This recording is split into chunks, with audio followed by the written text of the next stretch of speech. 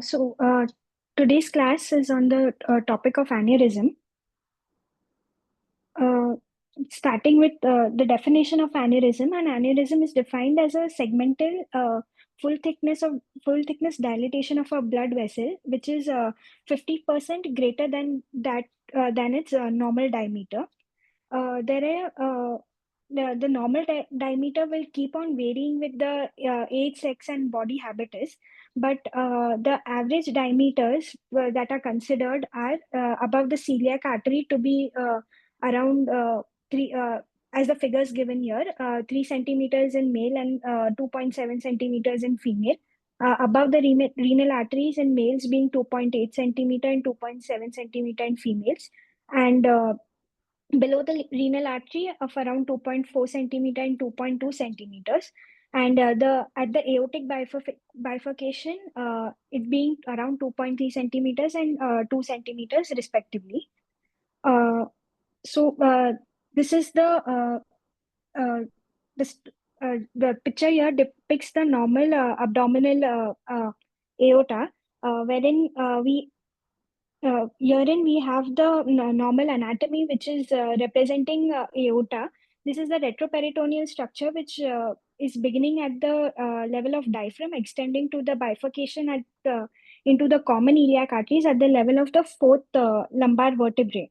And in addition, the branches of the aorta will include the inferior phrenic arteries, the suprarenal artery, the celiac axis, the SMA, which can be seen here, the left and right renal artery, the gonadal arteries, and the inferior mesenteric artery, and then the left and right common iliac artery.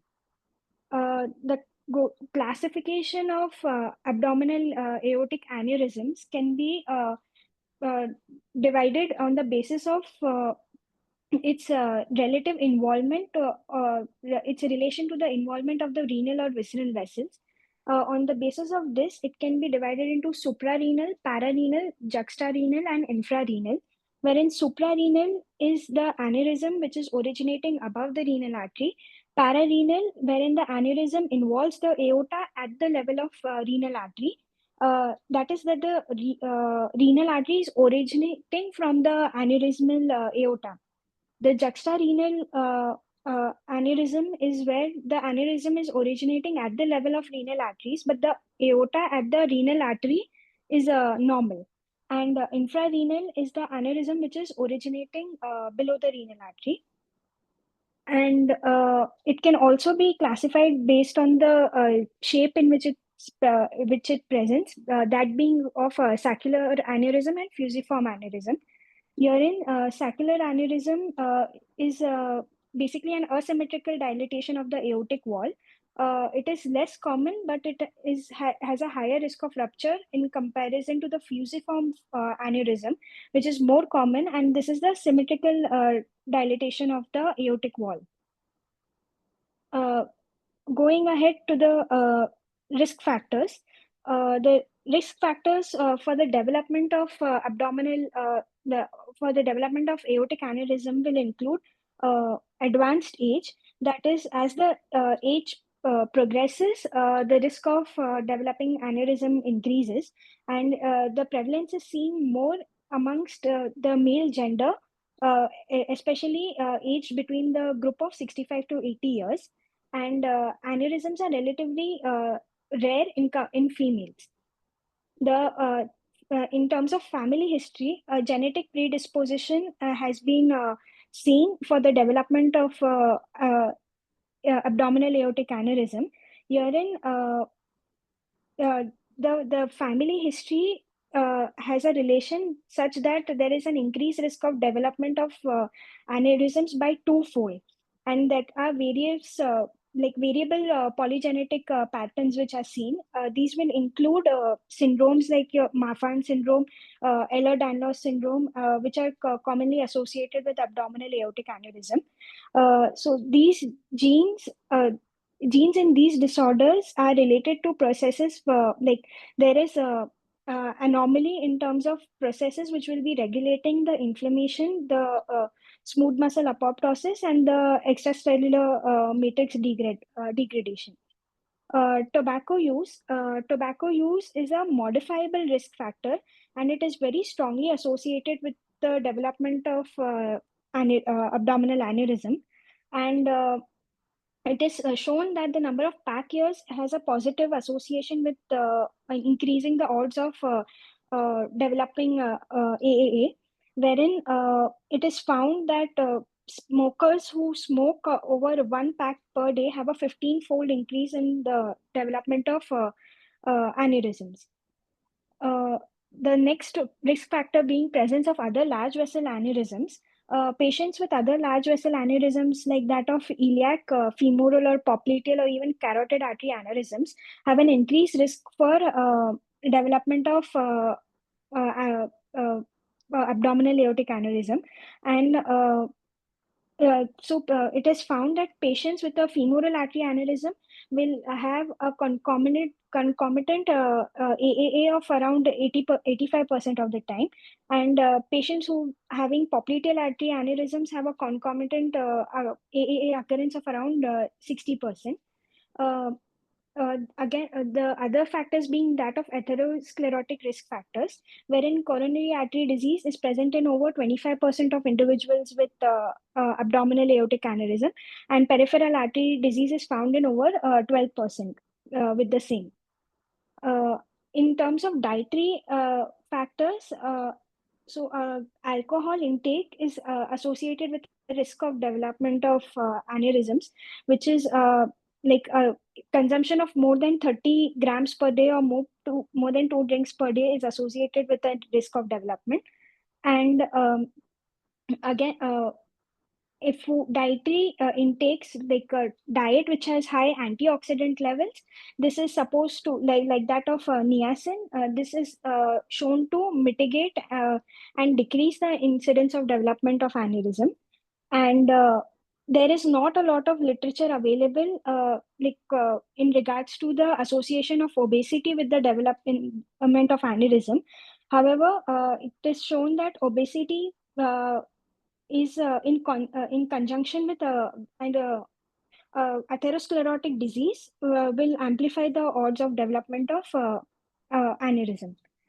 In addition to this, there are negative risk factors also. Herein, diabetes mellitus is considered to be a negative, is shown to have a potential protective effect with respect to development of aneurysm.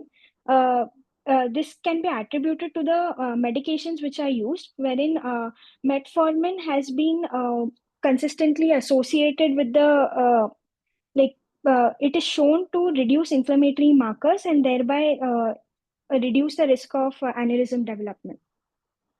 Going to the pathophysiology of aneurysm, the development of aneurysm is a complex process, and this involves a systemic process which is highlighted by inflammation, smooth muscle cell apoptosis, and extracellular matrix degeneration. Herein, there are multiple factors which come into play. First, being that of embryology, wherein the smooth muscle cells, the infrarenal aorta is the most common site for development of abdominal aortic aneurysm. This can be attributed to the fact that these smooth muscle cells in this segment are derived from the mesodermal somites, and the somites here are more susceptible to aneurysmal degeneration. Adding to the histological parameter here, the thickness and the number of elastic lamellae in the media will gradually decrease along the length of the aorta, and such that by as we go down, there is a tenfold decrease in the amount of elastin which is present. The third factor, finally, the vasa vasorum which is present is somewhat fragile in this area. Therefore, the blood supply to the media is relatively avascular in comparison to that of the other segments of aorta. Uh, the hemodynamic parameter here includes the pressure which is exerted on the infrarenal aorta, which will upregulate the proteins. So, as the aorta is tapering and it is giving off branches, the wave amplitude will keep on increasing as we go from the heart to the infrarenal aorta. And this also results in turbulence in areas of high and low shear stress. All of this will contribute to the production of the matrix metalloproteinases, MMP and TGF B factors, which will again contribute to the development of aneurysms. The third point being inflammation. So basically, our body has two types of responses: Th1 and Th2 response. Uh, in aneurysm, it is mostly implicated by a shift towards the Th2 type of inflammatory response, which is predominantly mediated by the interleukin 4 and inhibition of INF gamma. And all of this will have effects on the smooth muscle cell, the matrix, and thereby further mediate the development of aneurysm. Reactive oxygen species also, particularly the superoxide anion, will also have an effect on the pathogenesis of aneurysm. And this is especially implicated in terms of tobacco use. So tobacco smoking will increase the number of, it will increase the amount of ROS, and this will further cause smooth muscle degeneration, amplify the Th2 response, and result in aneurysm formation. And thereby we have smooth muscle cell apoptosis, which will contribute to this. And atherosclerosis, again, like inflammation, which is mediated by the atherosclerotic plaque, will induce stenosis, and therefore there will be remodeling of artery to so as to dilate to compensate for the stenosis, and this can also cause the development of aneurysm. Uh, Going to those were the risk factors for development of aneurysm and the pathophysiology. The risk factors for rupture will include a large baseline aortic diameter, and the other factor being rapid expansion. By rapid expansion, it means that there is an increase in the size by more than 5 mm over a period of 6 months, and more than 10 mm over a period of 12 months. Again, tobacco use is associated with an increased risk of rupture, because this will increase the expansion rate of the diameter. And hypertension is also associated with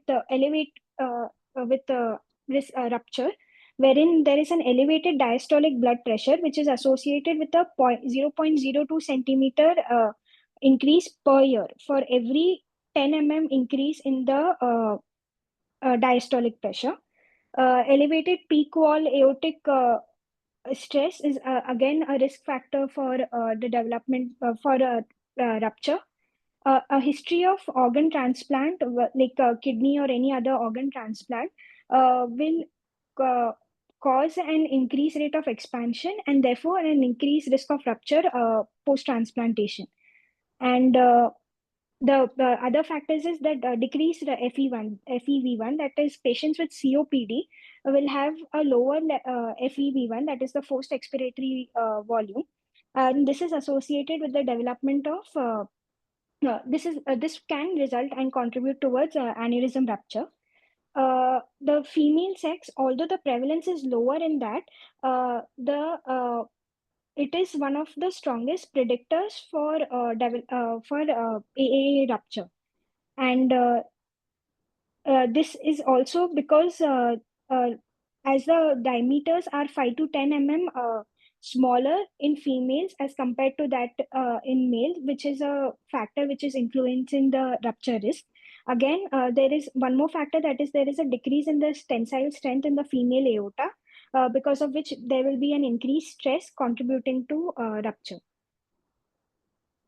There are also certain other factors which are present. These can be if there is an intraluminal thrombus in the aneurysm, a saccular aneurysm morphology, any recent surgery, and antimicrobials such as fluoroquinolones are also implicated in the development of aneurysm rupture.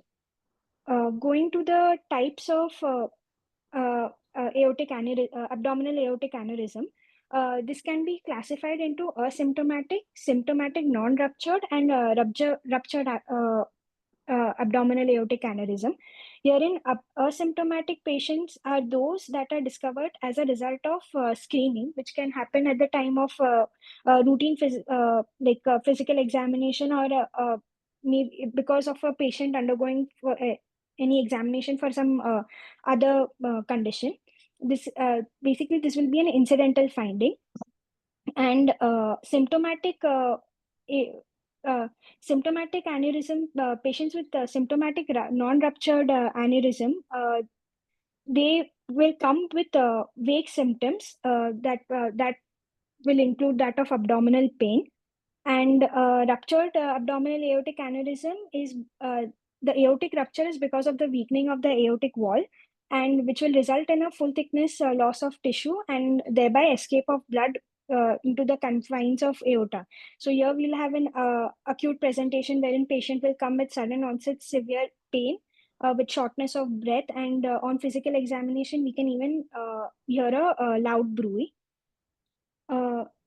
In terms of the clinical features, the most important thing before going to the clinical features is taking into account the history of the patient, wherein we have to make sure that there is whether a diagnosis of aneurysm has been established in the past, and if so, then if there are any prior imaging studies which are available for comparison, and the symptoms which will further present the classical triad, which includes that of severe acute pain, a pulsatile abdominal mass, and hypotension, which will occur.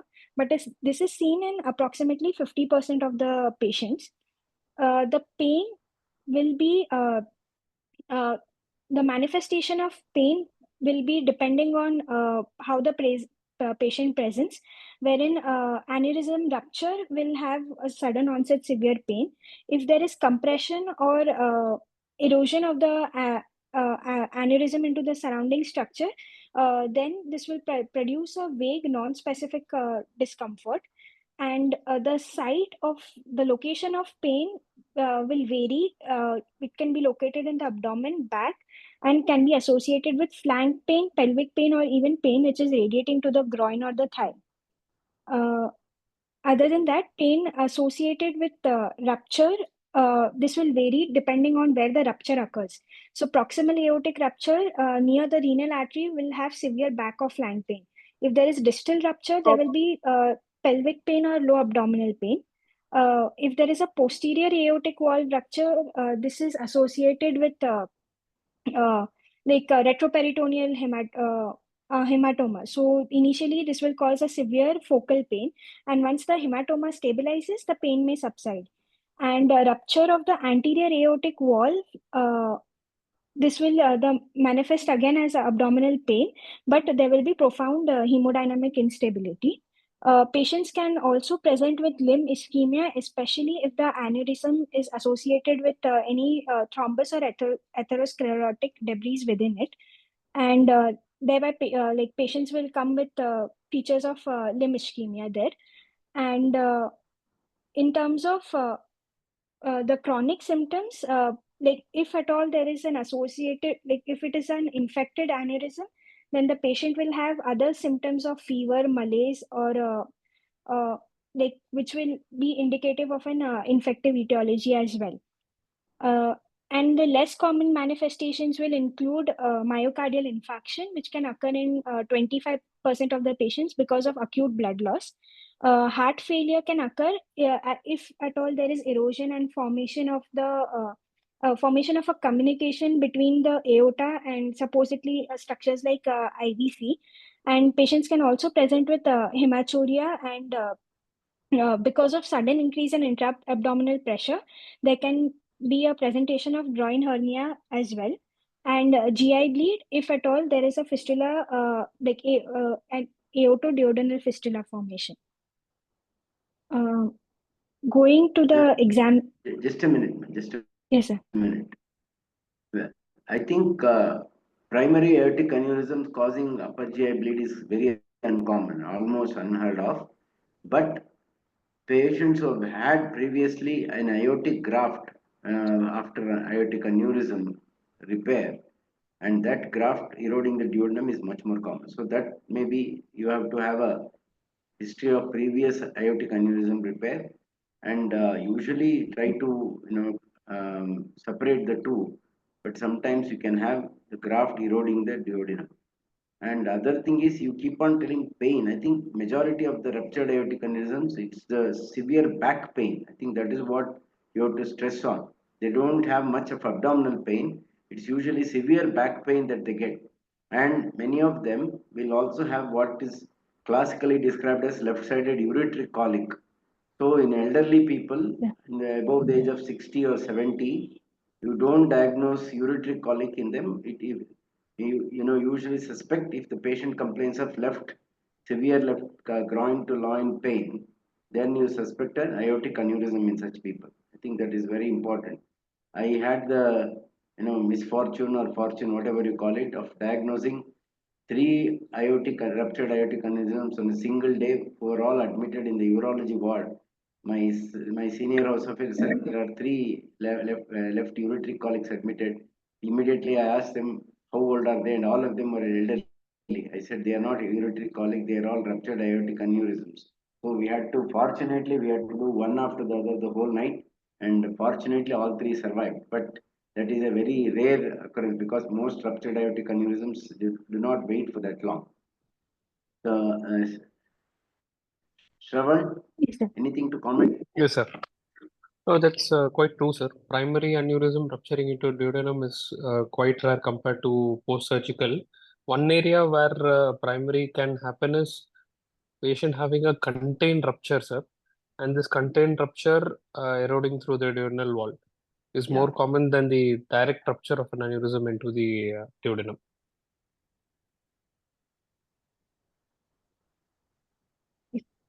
Mycotic aneurysms, are they common these days? Yes, sir. Quite common. We still do see good number of mycotic aneurysms, sir. Okay. And the other thing is the inflammatory aneurysms. We didn't talk much about that. Yes, sir. Autoimmune disorders associated aneurysms. Yeah. Any questions so far? All are No, silent. sir, no Either No, they have sir. questions. understood, Mhm. they've all understood it, or it's going over Understood the it. head. Okay. Carry on. Only one thing I would like to ask Dr. Einass, sir. Yes, Uh, sir. what's the differentiation between a true aneurysm and a false aneurysm, ma? Uh, so when we talk about uh, like true aneurysm, uh, so basically, the true aneurysm is involving all of the layers. Like there is a focal dilatation, sir. Whereas, in case of a false aneurysm, there is just extravasation, like extravascular hematoma, which is communicating with the arterial walls. So, like you also look at the etiology, like if there is trauma or any iatrogenic injury, then that is when you consider pseudo aneurysm, sir. Uh, and like that is what I know of, sir. Like, No, the y- simple basic point what you said is correct. True aneurysm, all the walls of the aneurysm are involved, but in false aneurysm, there's a focal defect and there is extravasation of blood, and the aneurysm wall is formed by inflammatory tissue rather than the wall of the artery. yes, Yeah. yes, sir. I'll go ahead, sir. Yeah, this another Yes, sir. thing, thoracic component you didn't tell. So I am like that is a different this like after After this, abdominal you put aortic that. aneurysm. Yes, sir. Okay, Like just okay, a few okay. points, additional points. I've Hmm. kept it ahead, sir. Okay. Uh, Another thing, yes, you mentioned Sir, about femoral aneurysm and popliteal aneurysms, correct? So, which yes, is sir. the most common peripheral aneurysm which comes in presentation along with an aortic aneurysm? Uh, So we have the femoral, sir, which will commonly present with Popliteal. this No, no, Popliteal. popliteal, poplite. popliteal. Popliteal. So, Aina's, Pop. what you said was that if there are aneurysms, elsewhere, you have to look for aortic. It is the other way around. Yes, sir. If you have aortic, Okay. because aortic aneurysms are much more common than all the other peripheral aneurysms. So, if there is aortic aneurysm, you have to look for other aneurysms, like as Sravan sir said. The popliteal aneurysms are much more common, but you can also have iliofemoral aneurysms also, or Okay. carotid Okay. aneurysm. Yes, sir. Carry on. Yes, sir. Going ahead to the examination, this will include the physical examination, vascular examination, and laboratory studies and biomarkers. In physical examination, we have to look into the vital signs of the patient, if there is any in terms of tachycardia, in terms of hypotension, abdominal palpation, urine, in a few cases, we can on the deeply palpating the abdomen, we look for a pulsatile mass, and that is to suggest the presence of aneurysm. Uh, uh, in examination, if there is extensive, if there's a ruptured aneurysm, which is leading to like a extensive retroperitoneal hematoma, there could be extravasation of blood into the subcutaneous tissue, and thereby you can have flank ecchymosis, or periumbilical ecchymosis, or ecchymosis, discoloration in the proximal thigh or scrotum as well in males. And in the vascular examination, this should involve the complete peripheral arterial examination of both the upper limbs and lower limbs, so as to look for any evidence of distal embolization or ischemia. And herein, when in terms of examining the extremities, uh, an asymmetry in the pulsations may indicate an aortic pathology. And again, in terms of the lower limb, if you have the femoral and pedal pulses, if not felt, they can they may not be felt in the presence of an existing peripheral arterial disease, or in case of a thromboembolism as well. In the laboratory studies are non-specific, but if a patient is presenting with acute abdominal complaints, we have to look into the routine investigations, which will include the CBC, electrolytes, and renal function tests. And so a picture of anemia or a picture of metabolic acidosis will point towards an acute blood loss, which could be related to a ruptured aortic aneurysm. And in case if there is an infective or inflammatory aneurysm, infection or inflammation contributing to aneurysm, herein we can look into systemic manifestation. There will be an elevated total leukocyte counts, which could be seen, or an elevated ESR level as well. And uh, again, you also look at the coagulation profile. Although most of these patients may have normal coagulation profile. Going to the diagnosis can be based on imaging studies, which are done in symptomatic patients, and imaging of the asymptomatic patients. Herein, if first going to the symptomatic aneurysm. So first we look at the clinical features which are suspicious for symptomatic aneurysm. This could be abdominal pain, flank pain, flank or back pain, any pulsatile abdominal mass or ecchymosis. Yeah, if the patient is hemodynamically unstable, and if the patient is a known has a history or is a known case of AAA, then that is an indication for emergency endovascular or emergency repair. And if no, then we get a focus ultrasound done. wherein if there is a presence, that again, which is an indication for emergency repair. If not, then we look for other causes of symptoms. If at all the patient is hemodynamically stable, then we can go ahead with obtaining a CT.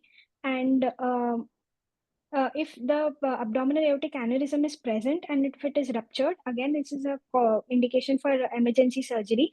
If not, no, then you again consider an urgent endovascular or open repair. And if not present, then you look for other underlying causes and treat the cause. Uh, this is an image showing the ultrasound imaging of an abdominal aortic aneurysm, wherein the yellowish overlay pattern indicates the thrombus within an abdominal aortic aneurysm. The second image is that of a CT imaging. Herein we can see there is a like the grossly dilated abdominal aorta. In addition to that, the red overlay which is seen is indicative of a thrombus which is present. Uh, Furthermore, there are various signs which are indicative of a ruptured abdominal aortic aneurysm on CT. So if there is a rupture which is present, there will be signs of retroperitoneal hematoma, an indistinct aortic wall, retroperitoneal stranding. There will be a loss of plane between the aorta and the structures, and as well as extravasation of contrast. If at all there's an impending rupture, then there can be signs of crescent sign, that is a layering hematoma. There can be presence of aortic blebs, a draping of the aorta over a vertebral body, irregular aortic valves, and breaks in the calcification of the aortic valve, and localized areas of higher attenuation within mural thrombus. This is an image which is showing a ruptured abdominal aortic aneurysm on the CT, wherein we can see that the yellowish overlay, like the yellowish outline, is suggestive of a large retroperitoneal hematoma. In addition, we can also see the arrowhead, which is the sign of like the rupture which is seen at the aneurysmal site. Impending rupture on CT. In this image, we can see like there's this layering which is seen. This is the crescent sign, which is the layering hematoma which was described, and which is a sign of impending rupture. And in the second image, there's this bleb formation at the end, which is suggestive of the aortic bleb formation. Just go back, ma. Yes, sir. So basically, this is a intramural hematoma. There's bleeding into the aortic wall, and it's not ruptured yet. So it's like a Yes, focal sir. dissection, especially the images on the right. If you see, the bleb kind of thing is a focal dissection of the aortic wall, and inside that there's a hematoma. And as this false plane increases, you get alternating layers of fresh blood and clotted blood, which gives you that crescent sign. Oh, Okay, okay, sir. Yes, sir. yeah, go forward. Yeah, Yes, sir. Uh, Going to the management of yeah. One more thing. yes, If sir. if you get a question, what is the investigation of choice for diagnosing aortic aneurysm? What would you say? So CT should be the investigation of choice, sir. CT what? But it also CT with IV contrast, sir. Like if the Okay. patient is No, hemodynamically stable, you can you're ordering. You're going to write in the form. What are you going to write? CT with contrast only, sir. CT of what? CT abdomen, sir. Like Angiogram should be Exactly. done. and So you have to get something called as a CT iotogram. Okay. It's okay, not the abdomen. It's not the yes, periphery. sir. You are interested in a CT iotogram. A CT iotogram starts from the mid neck and ends in the mid thigh. Okay, Okay. because there is a high Yes, sir. concomitant chances of aortic pathologies above, you should always get a complete CT aortogram. It is not imaging only the abdomen segment. What if the patient has a thoracic aneurysm also? There can be Yes, sir. two aneurysms at the same time, right? Yes, sir. So you should always have to get a CT aortogram, and in that you have to mention that each axial slice should be less than 1 millimeter. So acquisition should be less than 1 millimeter. After that, maybe they can reformat in a higher frame, but acquisition should be less than 1 millimeter. Anything less than 1 millimeter is not ideal imaging for an aorta. Okay. Okay, Okay, sir. Yes, sir. and always you should ensure that you have a triple face. You should have a plane, you should have an arterial, and you should have a venous. Means. Okay, Yes, sir. Yes, sir. so okay, ma'am. Uh, I going on to the management. Uh, First, going to the open repair. Indications of open repair are considered wherein the endovascular repair is not possible, taking into account the comorbidities.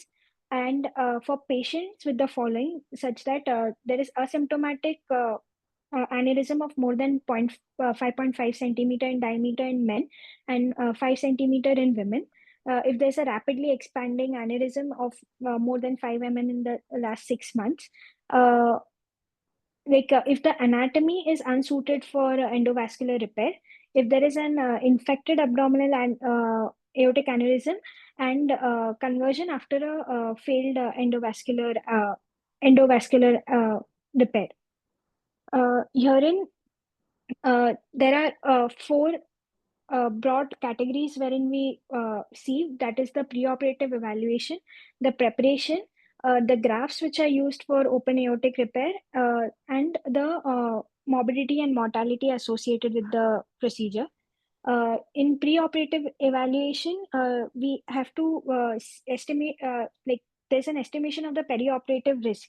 So there is a very significant, there are mortality associated with conditions like that of patients having COPD, renal dysfunction wherein the serum creat level is more than 2, if the aortic aneurysm diameter is more than 6.5 centimeter, advanced stage, any cerebrovascular disease, and or any cardiovascular disease as well. In terms of vascular evaluation, we should look into the peripheral circulation as well, so as to look for any coexisting aneurysm, that like that of iliac or popliteal aneurysm, or any occlusive disease.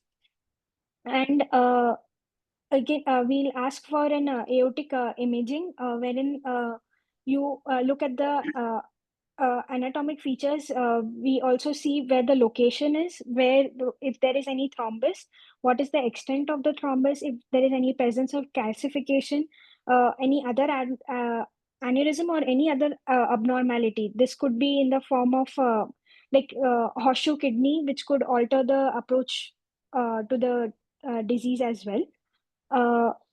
And in addition to then the next point being preparation, we have to ensure that adequate blood is arranged for transfusion, as the procedure is involving placement of a prosthetic material. Prophylactic antibiotics are recommended in most in the patients undergoing these surgeries. Thromboprophylaxis, because the incidence of DVT following aneurysm repair is around, can range between 2 to 10%. So therefore we use medications like unfractionated, like low molecular weight heparin, for thromboprophylaxis purposes. And again, we also uh, ensure that giving pneumatic compressions, like knee-high stockings, which can be used in as a measure of prophylaxis again. For grafts for open aortic repair, there are various options, which includes polyester Dacron, PTFE, that is polytetrafluoroethylene, and autogenous arterial vein. The graft diameter is selected to match the diameter of the aorta. The most widely used material is the polyester, which is the woven fabric, and there is another. So there are two types which are available. There is a knitted polyester, but which has a high porosity and it has a tendency to dilate over time. And the conventional woven polyester, which is durable, but it is less pliable.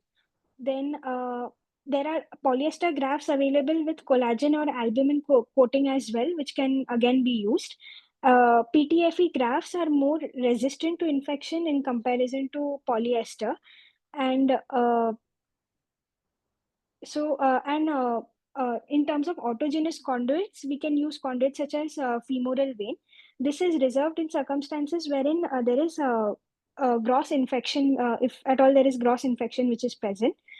And during the procedure, we have to make sure that we we administer systemic anticoagulation. This will include administrating unfractionated heparin, which is around 50 to 100 international units per kg.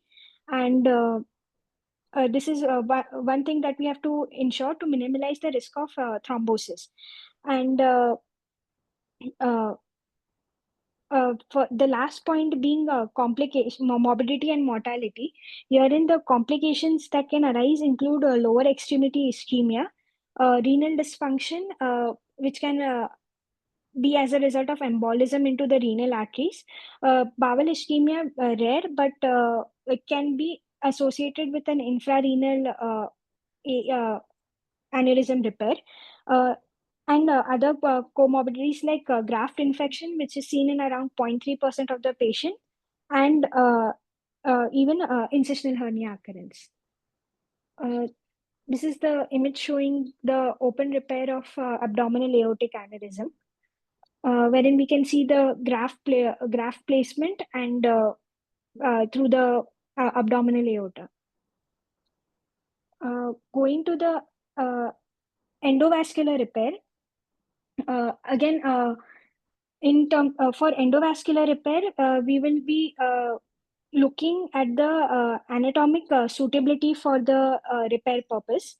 Herein, the anatomical considerations that we look at are the aortic neck diameter, the aortic neck length, and the angulation which is present, and the iliac arteries and the other vessel morphology, which are also taken into account. Herein, if they are not fitting into these categories, such as if the aortic neck diameter is not sufficient, or the aortic neck length is should at least be 10 mm. If all of this is not taken into account, then these come into the contraindications of EVAR repair. Even the aortic neck angulation herein should be less than 60 degree. More than 60 degree angulation is considered as a contraindication to it. And in terms of iliac artery, we have iliac artery and access vessel, we have to make sure that they have a normal course and normal anatomy as well. In terms of endografts, there are various stent grafts which are available, which includes the Alto, the Aerofix, and Ingraft. All of these are the various endografts which are available now. And there are various devices and techniques which are available, and there are additional grafts such as fenestrated endografts which are present. this which allows flows into the visceral artery branched, wherein they have a separated small graft suture to the basic graft, and parallel graft which is used to uh, preserve perfusion to the branch vessels.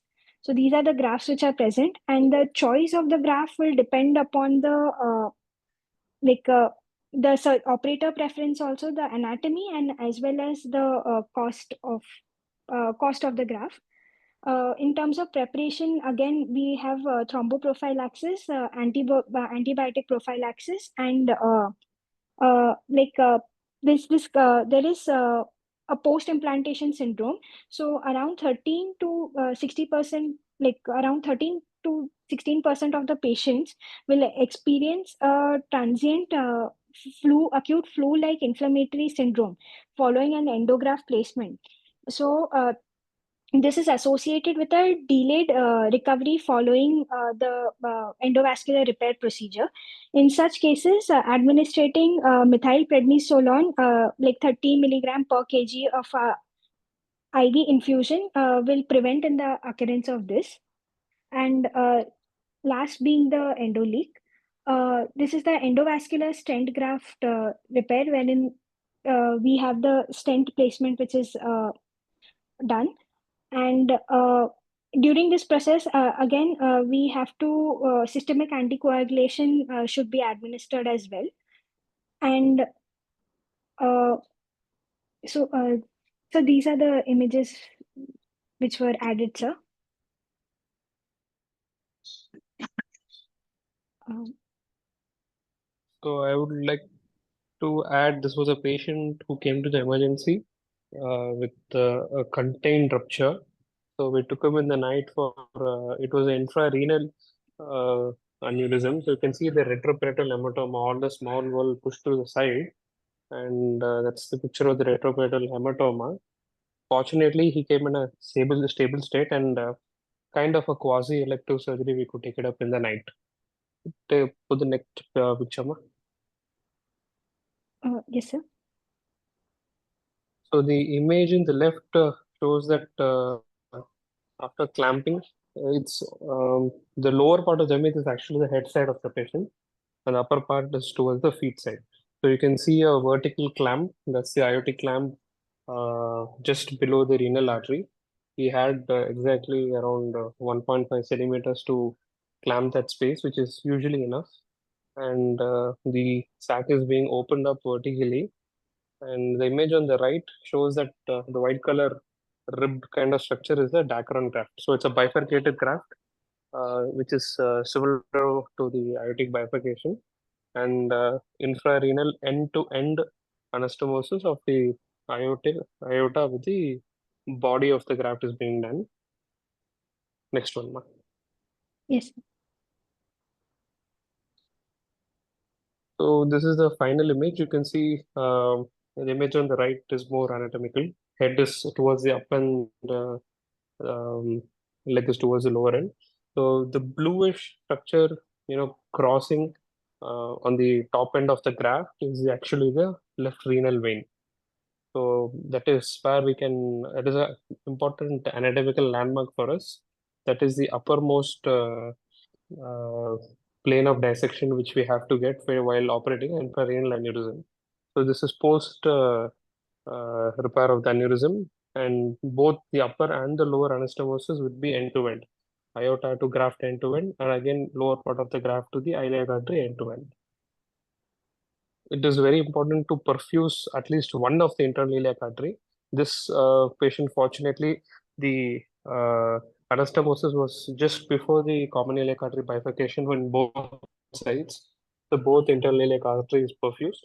But sometimes you have aneurysms extending beyond the common iliac artery bifurcation. That time you have to ensure that you give a separate branch to at least one of the internal iliac arteries.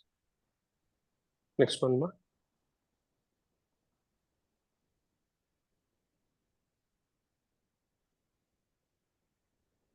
So that was pictures of open. So this is actually a endovascular aneurysm repair. From that amount of invasive procedure, from this is where we have reached now. So this is just a small 1 centimeter cut through which that entire device can be introduced from the groin into the aorta. You can see there's a small bluish thread-like structure from the incision site. That's a closure device. A closure device is basically a Prolene stitch loaded into a device.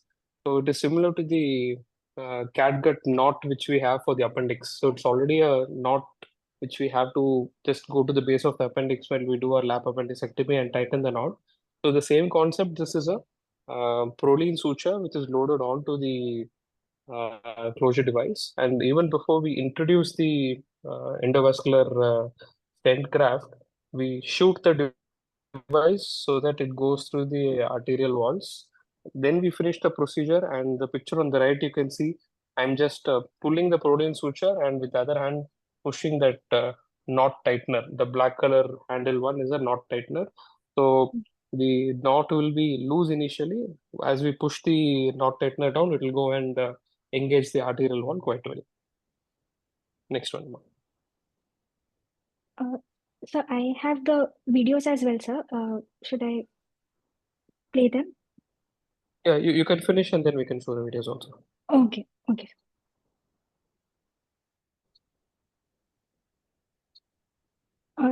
Going to endoleak, there are 4 types of endoleak.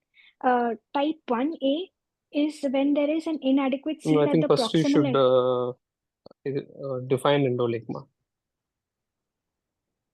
So, like endoleak is basically like a post uh, insertion of the it's like a complication which is occurring after EVAR, wherein there's a persistent blood flow into an aneurysm sac even after the repair. So this will prevent the aneurysm from shrinking, and it can lead to rupture if it remains untreated, sir. Uh, uh, like type 1 endoleak is the basically it's like the attachment site leak, wherein it can again be classified into 1A, 1B, 1C.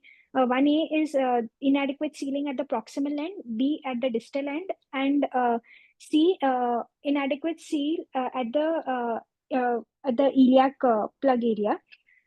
Yes, Type better you 2 put the picture and explain. Otherwise, it will be you read it, so you will understand. So for people who are having a look right first time, it will be difficult. So yeah, you explain with this picture. So this is the type 1 area, like type 1A leak, wherein 1A is basically where we are seeing at the proximal end, 1B, which is occurring at the distal end and distal end of the graft. The type 2 is retrograde, wherein from the branching vessels, we have a backflow, and that is how type 2 occurs. Type 3 is it is sort of like it's a graft defect.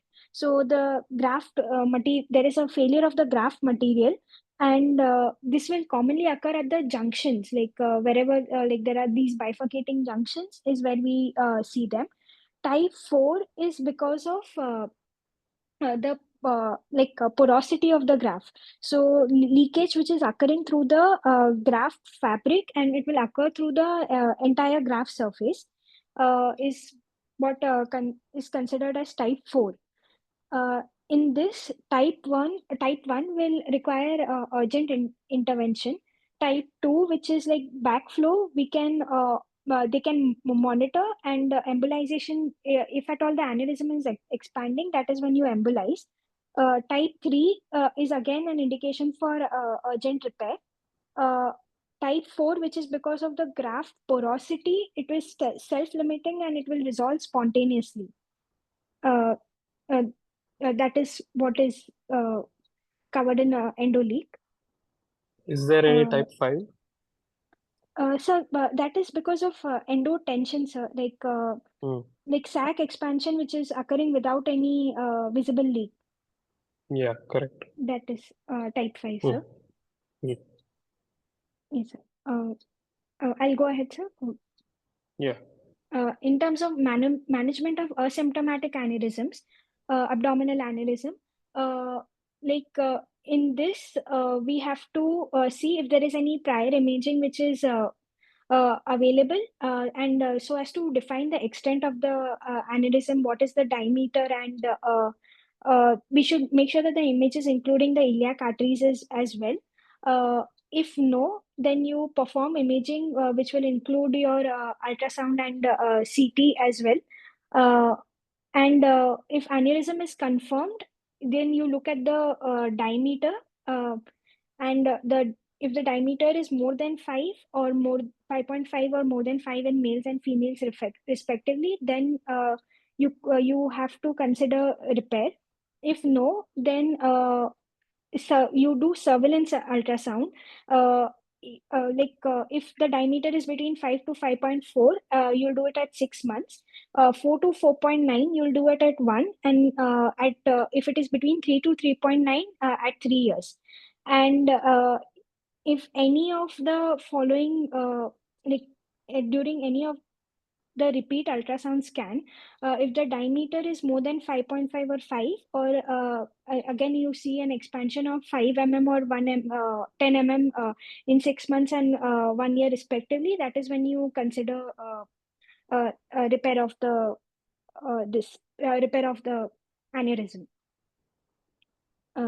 Then going to the thoracic Wait, abdominal. wait. Yes, sir. How much is there? Thoracic aneurysm is a big chapter, no? Sir, like the management and all is the same, only the pathophysiology is a little different, sir. So, there are, I think, 3, 4 slides on aneurysm, sir, like thoracic aneurysm. Okay, in that case you can continue. I think Yes, sir. one thing about for the students is the whenever you encounter ruptured aortic aneurysm, you do not attempt to get the blood pressure, resuscitate them and get the blood pressure up to normal. You can run a permissible hypotension. Keep your blood, blood organized and ready. Don't transfuse the blood when the aneurysm is ruptured.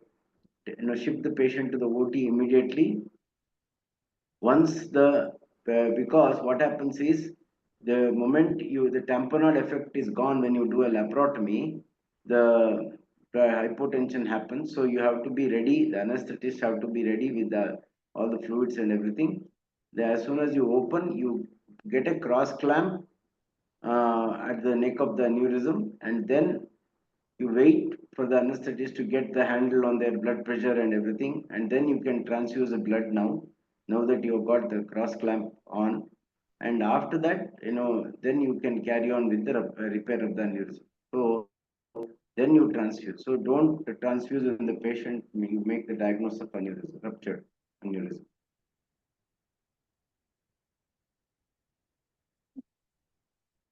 Shravan, anything to add to the? I think do you still consider doing an endovascular repair in a ruptured aortic aneurysm? Sir, only if the anatomy allows. So if the anatomy is suitable for endovascular repair, definitely the morbidity is less, the recovery is quite quick. So it depends on what the preoperative CT shows us, sir. Okay. So if we have a stable patient coming with a contained rupture without doing a CT, definitely we wouldn't be taking to the OT. Okay. Yeah. So there's one more concept I would like to add, sir. Yeah. So in a ruptured aneurysm patient, we can always put a very soft, pliable balloon. So that is just introduced again through the femoral artery. We take the balloon up, and suprarenal level, we keep it inflated, just gives us time because it temporarily reduces the leak through the aortic wall.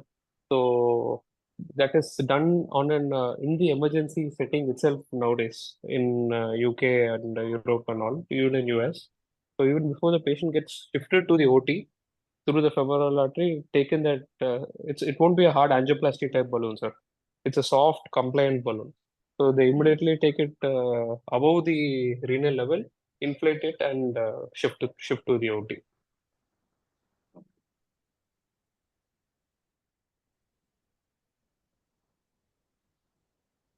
Good.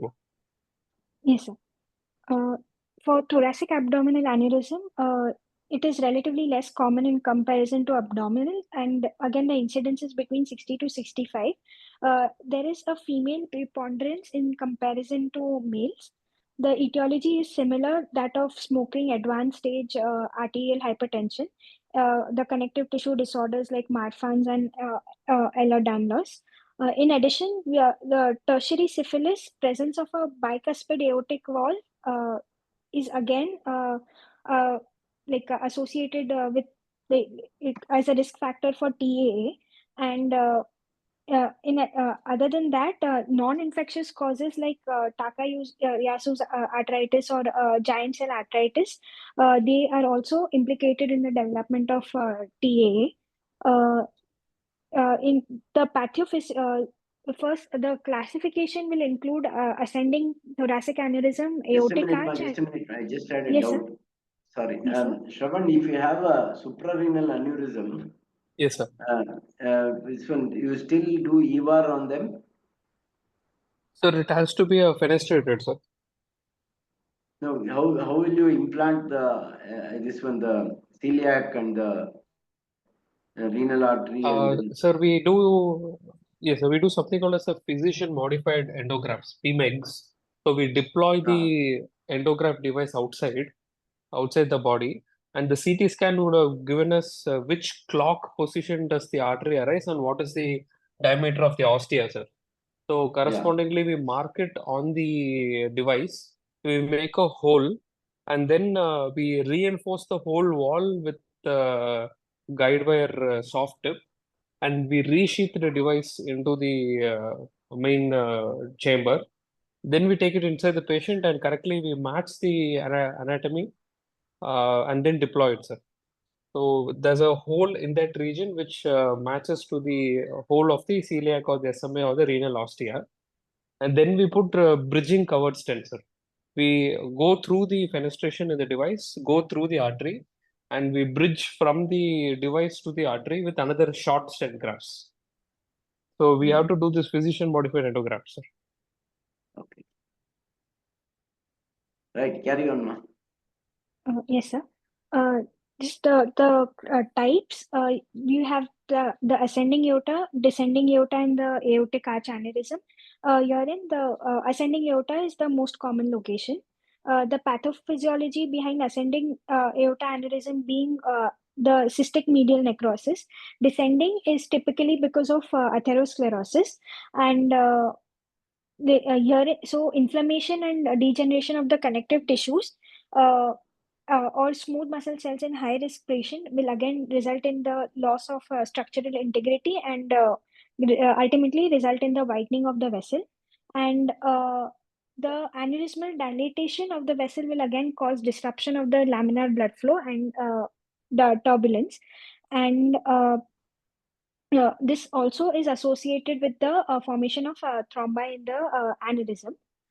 Uh, going first, the clinical features. Herein we include uh, again there'll be complaints of patient will have back pain and chest pressure, wherein because of the mass effect of the aneurysm, the patient will feel heaviness over the chest. In addition, because of mediastinal compression or obstruction, patients can have difficulty in swallowing if esophagus is involved.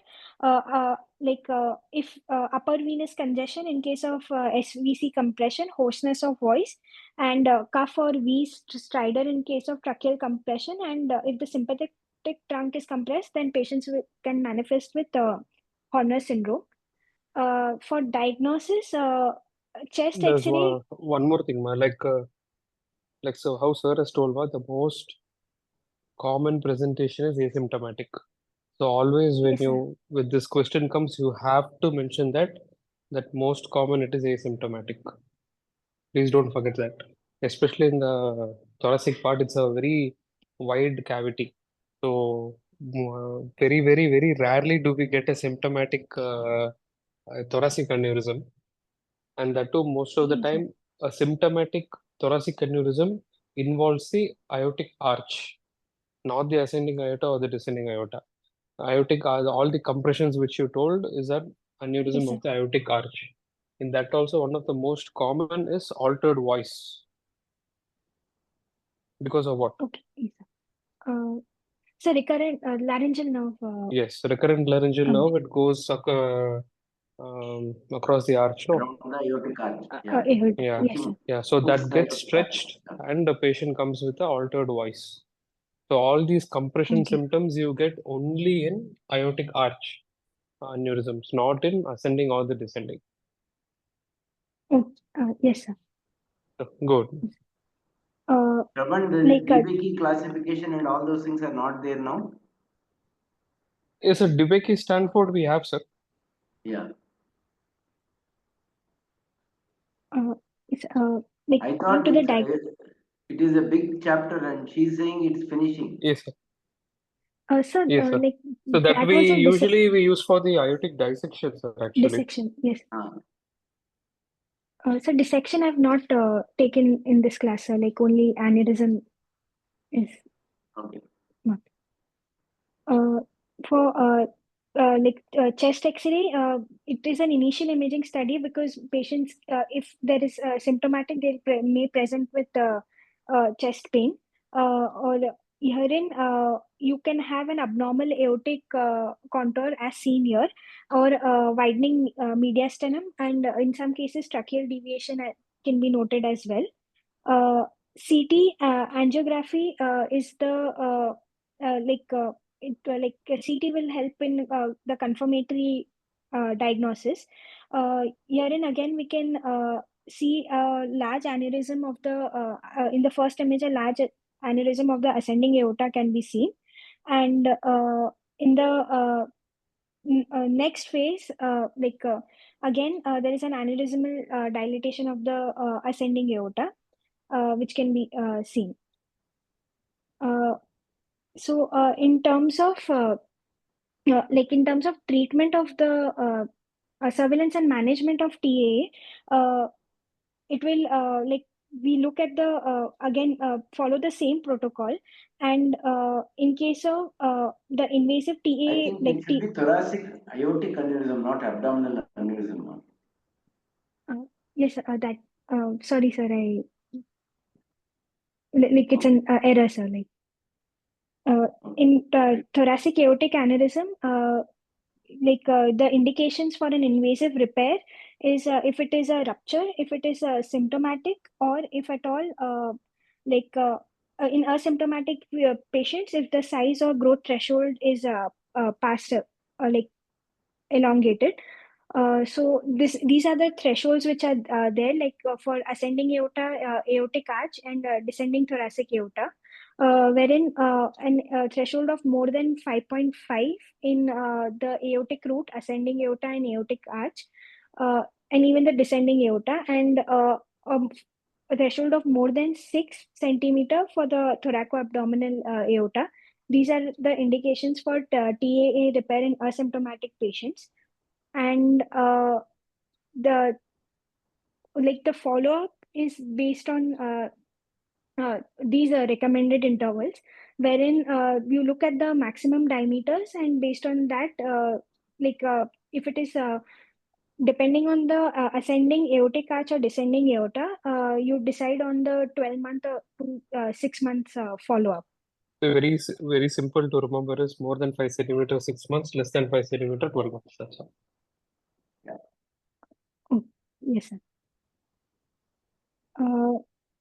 And just to cover up the pseudo aneurysm, wherein we've already like the vascular hematoma which is occurring, and there's a communication with the arterial lumen. The etiology being that of trauma, maybe like a deceleration injury or iatrogenic injury, maybe during a cardiovascular surgery. So perforation of this vascular wall will result into bleeding in the surrounding tissue and formation of an organized extravascular hematoma. Clinical features may present in the form of a painful pulsatile mass, and bruit and auscultation will be heard. The management will depend on the location, wherein for example, if there's a femoral artery pseudoaneurysm, we can go ahead with conservative management or even ultrasound guided thrombin injection. In case of an LV pseudoaneurysm, you will consider doing an urgent surgical repair. And just to cover the other areas of aneurysm will include the coronary artery, cerebral, popliteal, iliac artery, and the femoral artery aneurysm as well. Thank you. That's all. I think they are all separate topics anyway. I think Yes. yeah. Yes. Peripheral aneurysms. Okay, I think students, questions, comments. Sir, Nikita. I have a question. Yeah, yeah. In case of aneurysm that we have, like open and endovascular, which is the treatment of choice in practical, sir? Like if at all patient comes to the emergency, in that moment, No, how do no. See, we? it all depends on patient fitness. If a patient is Okay. fit for open surgery, still the golden standard is open surgery. If So the gold patient is standard is not fit for open. surgery, 100%. If the patient is Okay. not fit for surgery, that only endovascular. Okay, sir. So you may have a 80-year-old fit or a 50-year-old unfit also. So it all depends on patient fitness. Okay. No, this is only for rupture. Okay, sir. Yes, sir. For elective, I think it is still the endovascular repair, which is the gold standard. Now, Okay, sir. Yes, sir.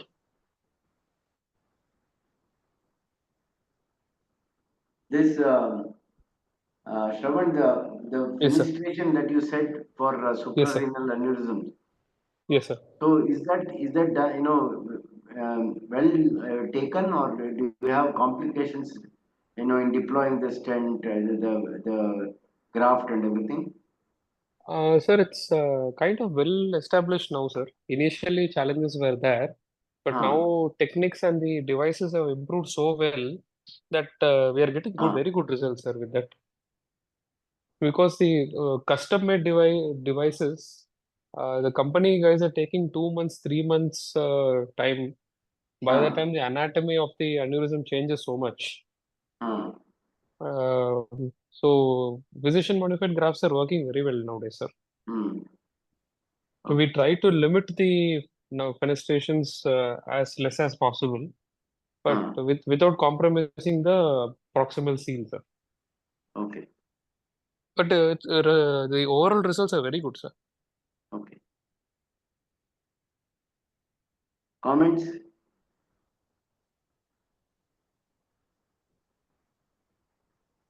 No comments. So Sir, it was I a think good class, sir. Extensively, Einass had taken, sir. I'll let Shravan make the soon final comments. Shravan. Uh, uh, I think it's a good presentation, sir. She's put in good amount of effort, comprehensive coverage on basic of what is required in the general surgical level, and touching on basics of advanced also. So overall, a good effort, sir. Yeah, I agree. I think Einass, you have done a very good job. The presentation was crisp and very clear. Okay.